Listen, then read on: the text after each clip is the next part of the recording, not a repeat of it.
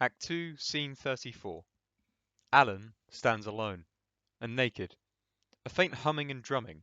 The boy looks around him in growing terror. Dysart. What? Alan. 2 Dysart. He was there. Through the door. The door was shut, but he was there. He'd seen everything. I could hear him. He was laughing. Laughing. Mocking. Mocking.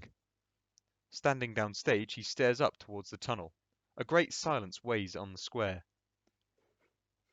Friend. Eqqus the kind. The merciful. Forgive me. Silence. It wasn't me. Not really. Me. Me. Forgive me. Take me back again, please. Please. He kneels on the downstage lip of the square, still facing the door, huddling in fear. I'll never do it again. I swear. I swear. Silence. Please. And he? What does he say? Mine. You're mine. I am yours and you are mine. Then I see his eyes. They are rolling. Nugget begins to advance slowly, with relentless hooves, down the central tunnel. I see you. I see you always, everywhere, forever. Kiss anyone and I will see. Yes. Lie with anyone and I will see. Yes. And you will fall, forever and ever you will fall. You will see me, and you will fall. The boy turns around, hugging himself in pain. From the sides, 2 more horses converge with Nugget on the rails. Their hooves stamp angrily. The Eqqus noise is heard more terribly. The Lord thy God is a jealous God. He sees you forever and ever, Alan. He sees you, he sees you. Eyes. White eyes. Never closed. Eyes like flames. Coming. Coming. God seest. God seest. No. Pause. He steadies himself. The stage begins to blacken. No more. No more Eqqus.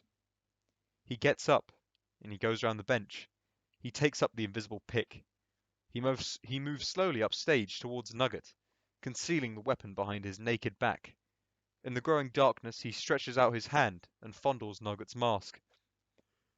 Eqqus. Noble. Eqqus faithful and true. God's slave. Thou. God seest nothing. He stabs out Nugget's eyes. The horse stamps in agony.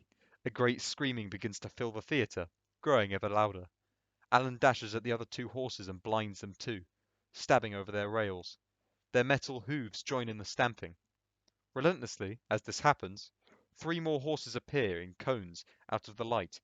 Not naturalistic animals like the first 3, but dreadful creatures out of a nightmare. Their eyes flare, their nostrils flare, their mouths flare. They are archetypal images, judging, punishing, pitiless. They do not halt at the rail, but invade the square.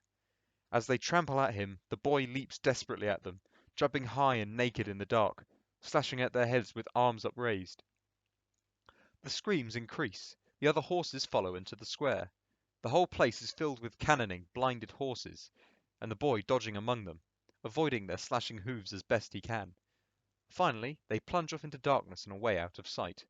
The noise dies abruptly, and all we can hear is Alan yelling in hysteria as he collapses on the ground, stabbing at his own eyes with the invisible pick.